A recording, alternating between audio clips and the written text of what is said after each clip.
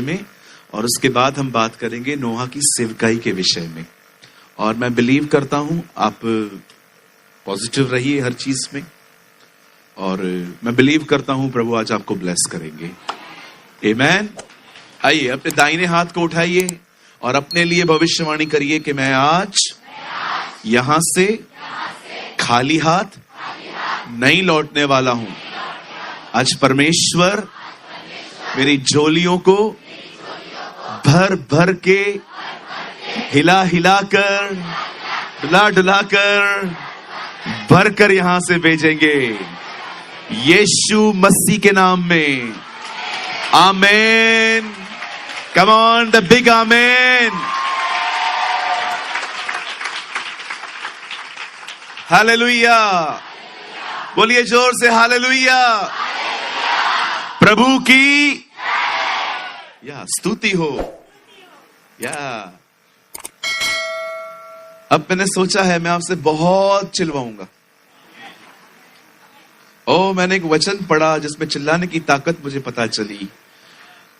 मैंने देखा गिदोन ने चिल्ला चिल्ला कर दुश्मनों को हरा दिया, है ना जी।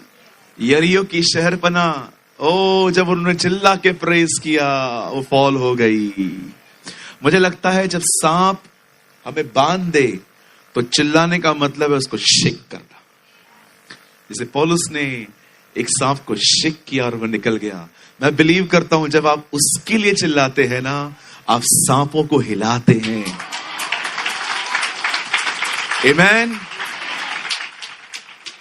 आइए मेरे साथ बाइबल की खूबसूरत पत्री खोलिए, द बुक ऑफ हिब्रूज। आप मेरे साथ खोल सकते हैं इब्रानियों की किताब।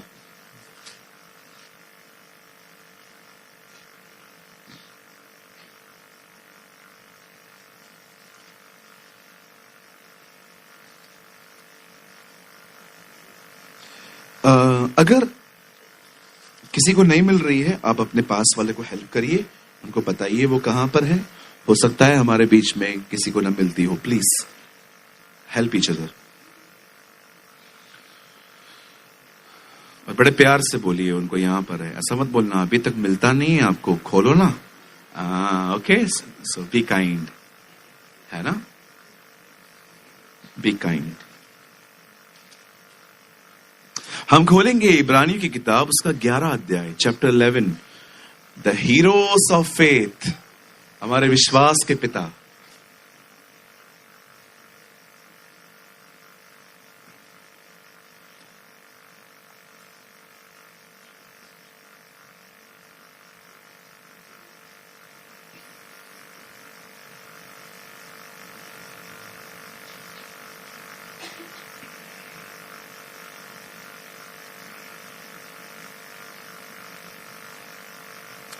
सात वचन।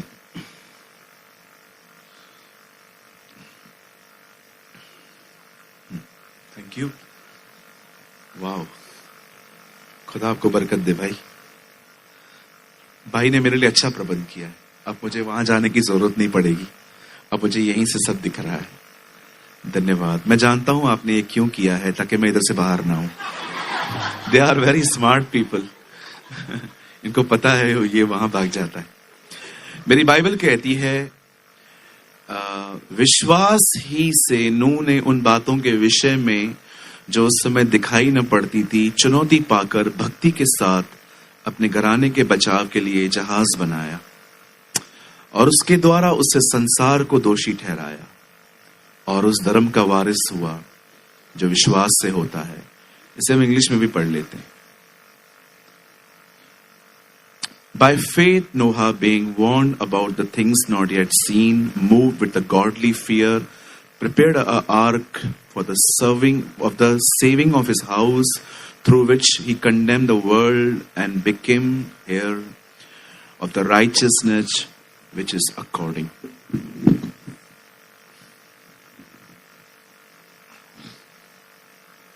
आइए मैं चाहता हूं आप सब सामने देखें और ध्यान दें। क्यों हमें नोहा के बारे में प्रीच करने और सुनने की आवश्यकता है? द रीजन इज, क्यों इस टॉपिक को आज चुना गया? बिकॉज यीशु ने नहीं कहा अंतिम दिन हाबिल के दिन है। उसने ये भी नहीं कहा कि अंतिम दिन यशाया और यर्मिया के दिन की तरह है। उसे एक ही व्यक्ति का नाम लिया कि जो अंतिम दिन है ना, वो नूह के दिनों के समान है। These are the days of Noah। और मैंने ये बात देखी, और जब मैंने इसे पढ़ा, आप में से हर एक को सच में अपने घर पर बैठकर इस व्यक्ति और उसके आसपास जो हुआ था उन दिनों में, अगर आप उसको ध्यान से पढ़ें तो आपको बिल्कुल सही समझ में आएगा कि हां, ये सेम माहौल अब भी है। उन दिनों में दुनिया एक डार्क इन्फ्लुएंस के अंडर थी, और आज भी आप देखिए। वैसे प्रभु में हर एक का स्वागत है, लेकिन बाइबल ये भी कहती है खुदा ने एक ही जेंडर बनाया था, लेकिन आज इस पृथ्वी पर 5 जेंडर है। मैं किसको कंडेम नहीं कर रहा हूं, मुझे नहीं पता है कि कौन किस दिल से आ रहा है। मुझे याद है, मैं एक दिन मीटिंग ले रहा था और कोई मुझसे मिलने आया और उन्होंने मुझे कहा, आप मेरे लिए दुआ कर सकते हैं? मैंने कहा क्यों, आप ऐसे क्यों पूछ रहे हैं? क्यों नहीं करूंगा? बोला नहीं, मुझे नहीं पता है, क्योंकि मैं आई एम अ ट्रांसजेंडर। मैंने कहा बिल्कुल, प्रभु में आपका स्वागत है, हर एक का प्रभु में स्वागत है। खुदा ने कभी भी नहीं कहा है कि आप किसी का। हाँ, ये बात है, अगर कोई हमारे बीच में आ रहा है और वो पश्चाताप के दिल से नहीं आ रहा है, तो उनका तो छोड़ो, फिर तो उन विश्वासियों का भी वेलकम नहीं है जो ऐसे दिल से आ रहे हैं। मैं फिर से कहना चाहता हूं, अगर आपने नहीं सुना, खुदा के घर में हर एक का स्वागत है, चाहे वो किसी भी जेंडर का है। लेकिन याद रखना, आप यहां पर पुरानी जिंदगी छोड़ने के लिए आई। अगर आपको लगता है कि नहीं, मैं जो भी हूं मैं ठीक हूं, और आप यहां पर आएंगे, तो मैं आपको कहना चाहता हूं ये ठीक नहीं है। फिर कभी भी आपको ऐसे जेंडर के लोग मिलते हैं जो अलग हैं, प्लीज उनसे नफरत न करें, उनके लिए प्रार्थना करिए। हमें नहीं पता है चीजें पीछे क्या है, कौन जबरदस्ती हुआ है, कौन दिल से हुआ है। हर एक से प्यार करें, हर एक के लिए प्रार्थना करें, हर एक का स्वागत करें और हर एक को वेलकम करें। किस लिए? ताकि वो अपना जीवन खुदा में देके नई जिंदगी शुरुआत करे। पर किसी से भी हेट न करें, ठीक है? हम भी गुनहगार थे, खुदा ने हमें भी गले लगाया है। आमीन। आइए बड़े ध्यान से सुनिए, बाइबल कहती है ये नोहा के दिन है। सो पहले सेशन में आज मैं आपको समझाना चाहता हूं। उनको पानी दीजिए, डिस्टर्ब हो रहा है यहां। आइए सब सामने देखिए, हमारी बाइबल कहती है, खुदा के पाक कलाम में लिखा है, ये नूह के दिन है। इंग्लिश में से नोहा कहा गया है। कौन है नूह? मैं आपको थोड़ा बताना चाहता हूं। नोहा हाबिल के जन्म के 1046 साल बाद पैदा हुआ, ये इतिहास बताता है। जब आदम पैदा हुआ तो उसके बाद कौन पैदा हुआ? केन और हाबिल। हाबिल के जन्म के 1046 साल बाद बाइबल कहती है नूह का जन्म हुआ। ये ऐतिहासिक किताबों में लिखा है। और मैं आपको बताना चाहता हूं, नूह आदम की 8वीं पीढ़ी है। Is 8th generation. आदम से जो भी लोग पैदा हुए, आप जानते हो हनोक जो है वो 6वीं पीढ़ी था, और उसके बाद हनोक के बाद मतुशेला पैदा हुआ, और मतुशेला के बाद जो है वो नूह आता है, और वो उसकी 8वीं पीढ़ी है। Is 8th generation of the race of Adam. और मैं आपको एक और उसके बारे में बताना चाहता हूं जो मैंने हासिल की। नोहा के जो ग्रैंडफादर थे उनका नाम था मतुशेला। ब्रदर, आप उसके बारे में क्यों बोल रहे हो? मैं आपको बताना चाहता हूं, इस पृथ्वी पर सबसे अधिक लंबी उम्र उसी ने जी है, 900 साल से भी ज्यादा। मतलब अगर आप उन दिनों में अगर उसको मिलते, अगर वो 500 साल का होता, तो अगर आप उससे कहते कैसे हैं भाई, अभी तो मैं जवान हूं। हाँ? उन दिनों में है ना, लोगों की आयु बहुत ज्यादा लंबी होती थी, बड़ी लंबी आयु होती थी। आजकल तो कोई लंबी आयु चाहता ही नहीं। कभी किसी को आप बोल दो कि आप अधिक जिएंगे तो बोलेंगे नहीं नहीं नहीं जीना है। क्योंकि क्या है, ये लोग बड़ी पीसफुल लाइफ जीते थे। हमारे पास क्या है, बिल्डिंग बनाने के प्लान्स हैं। हम लोग को लोखंड वाला जाना है, किसी को यूएस शिफ्ट होना है, किसी को महारानी के साथ शादी करनी है, किसी को महाराजा चाहिए। तो प्रॉब्लम ये होता है, इसीलिए हमारे पास है ना बड़े टेंशन, बड़े स्ट्रेस हैं। मैं आपको एक बात कहना चाहता हूं, बुरा मत मानिएगा। सादी जिंदगी है ना, बड़ी खुश जिंदगी होती है। स्मॉल सर्कल, गुड फूड, अच्छे लोग, इन बड़ी बड़ी बातों पे मत जाइए। आपका सर्कल है ना, अच्छा रखिए। ऐसे लोगों के साथ सराउंड रखिए जो आपको उत्साहित करें, बुद्धि दें, समझाएं, ना कि आपको कचरे में ले जाएं। समझ रहे हैं? कई संगति बड़ी महत्वपूर्ण है। हाँ, आपकी संगति लोगों से, आप बिलीव करें या ना करें, कभी भी प्रेरणा पूछ के नहीं आती। इंस्पिरेशन पूछ के नहीं आएगा आपके पास, मैं आऊं क्या। इंस्पिरेशन इंस्पायर करके चली जाती है, आपको पता भी नहीं चलेगा। हालेलुया। आप देखिए, जिस जिसके साथ आप रहोगे ना, आप उनकी तरह बनते जाओगे, आपको पता भी नहीं चलेगा। ओह, मैं तो उसकी तरह बन गया। इंस्पिरेशन कभी पूछ के नहीं आती, वो इंस्पायर करके चली जाती है। आइए बड़े ध्यान से अब सुने, क्यों बाइबल में इस बंदे का नाम आया है इब्रानियों 11 अध्याय में। पहले हम इसके जीवन के बारे में कुछ बात करेंगे, ठीक है। मैं चाहता हूं आप सब अब ध्यान दें। बाइबल कहती है एक समय था जब स्वर्गदूत जो थे, जिन्होंने ऊपर बलवा किया था। आप जानते होंगे शैतान पहले एक स्वर्गदूत था, यहेजकल और यशाया की किताब में लिखा है। लेकिन जब उसने वहां पर लड़ाई झगड़े किए, जो भी ऊपर वो करके आया है, कितने लोग ये बात जानते हैं, खुदा ने उसको फेंका। घमंडी का गिरना तय है, ये बात याद रखिए। और नम्र व्यक्ति का ऊंचा उठना भी तय है। आप घमंडी हैं, आप माफ नहीं करते, आप किसी की सहते नहीं हैं, आप सुन के सुना देते हैं, ये साइन है आप गिरोगे, क्योंकि ये प्राइड है। लेकिन एक नम्र व्यक्ति को परमेश्वर उठाएगा ही, याद रखिएगा। मैं आप में से हर एक को कहना चाहता हूं, बी काइंड, बी हम्बल, नम्र बने। आइए पास वाले से कहिए, आपसे ही शुरुआत करूंगा। बिल्कुल नम्र बने, ऑलवेज बी हम्बल। पौल ने कहा सदा प्रभु में आनंदित रहो। मैं सूरज प्रेमानी कहता हूं, प्रभु में सदा नम्र रहो।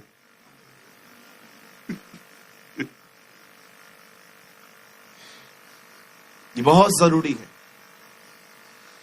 मैंने देखा है घमंडी अकेले रह जाते और नम्र लोगों का पीछा लोग छोड़ते नहीं है।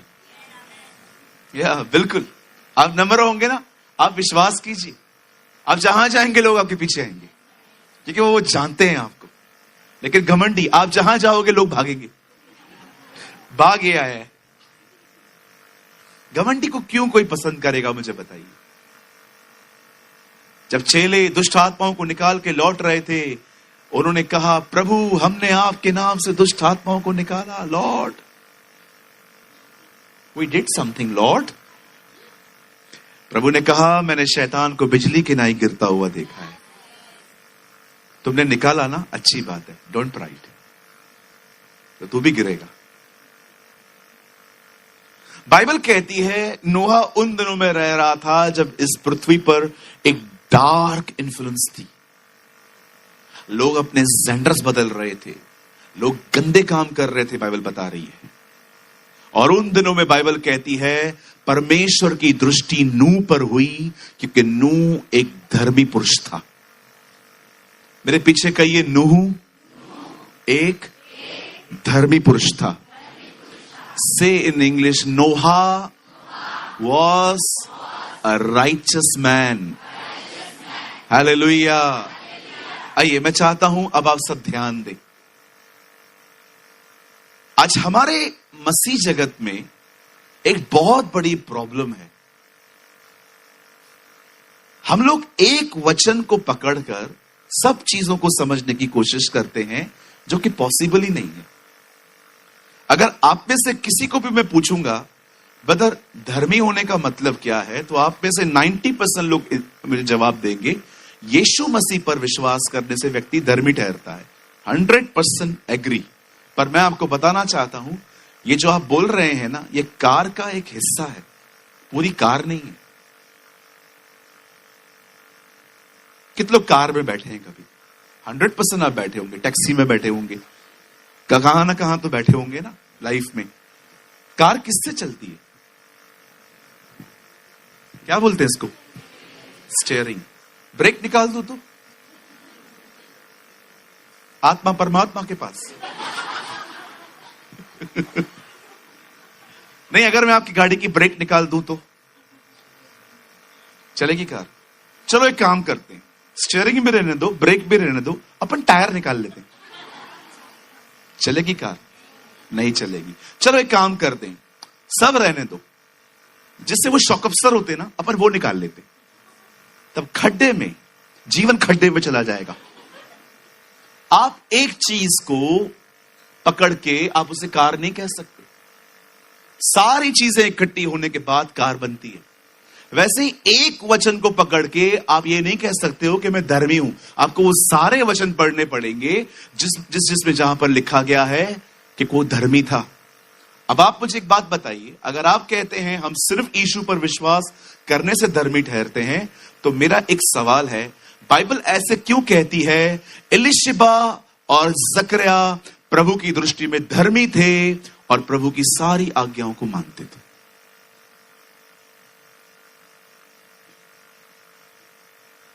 धर्मी जनों की प्रार्थना से बहुत कुछ हो सकता है।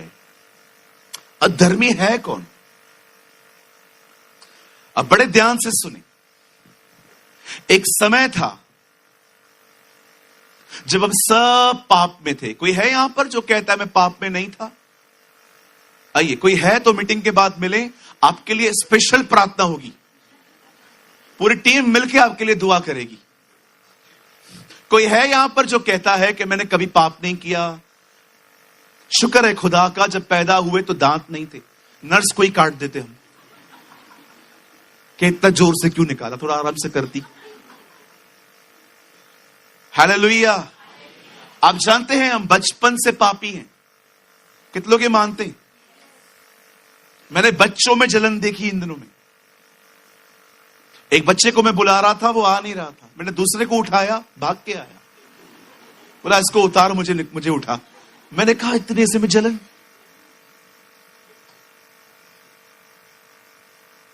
मैंने बच्चों में पाप देखा है।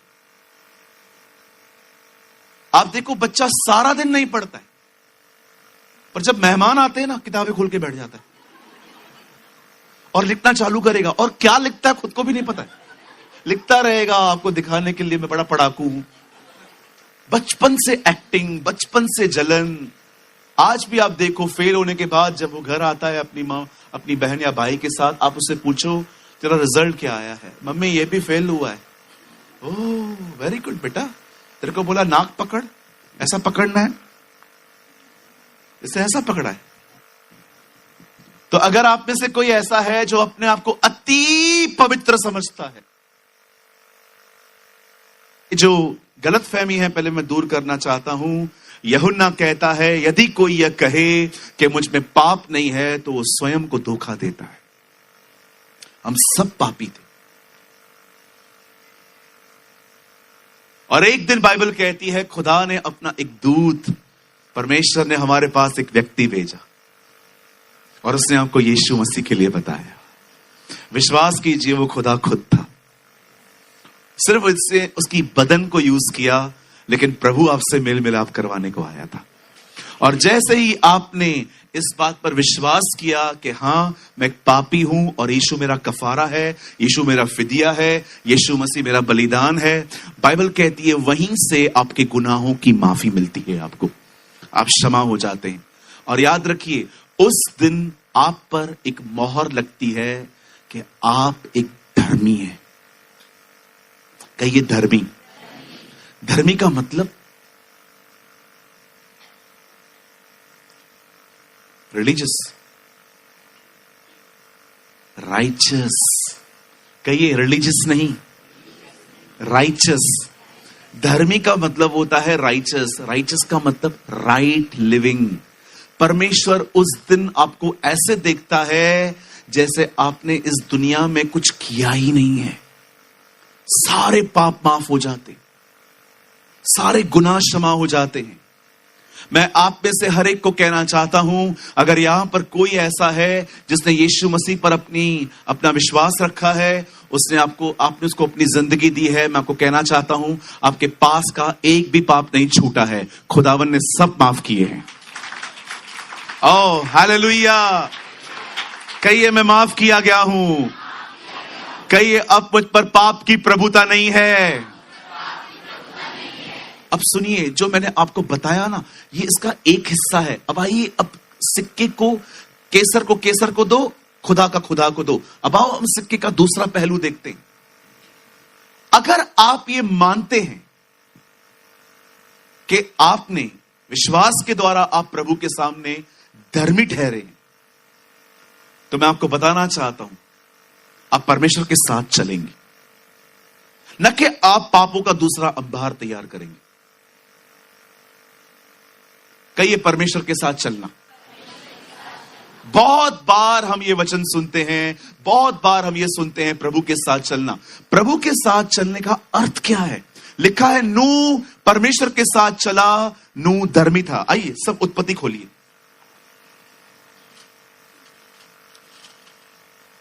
6 अध्याय।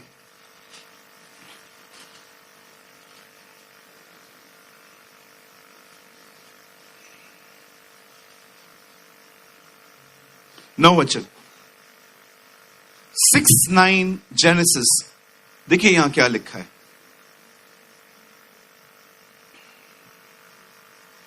छह अध्याय उसका 9 वचन उत्पत्ति, जेनेसिस चैप्टर 6 वर्सेस 9। नूह की वंशावली यह है, नूह धर्मी पुरुष और अपने समय के लोगों में खरा था, और नूह परमेश्वर पर विश्वास करता था।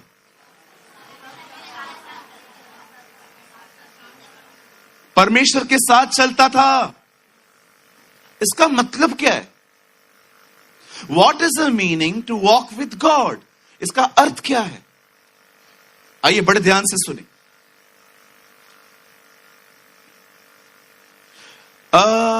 पीटर भाई जहां बैठे हैं, पीटर भाई और मैं अच्छे मित्र हैं, अच्छे दोस्त हैं, हम अच्छे भाई हैं। और भाई ने मुझे कहा यहां से नासिक पैदल चलना है। भाई जाते रहते नासिक, क्योंकि भाई के रिश्तेदार वहां रहते।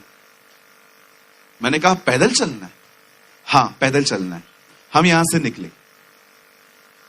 रास्ते पे हमें बड़ी भूख लगी, भाई को भी भूख लगी, मुझे भी भूख लगी।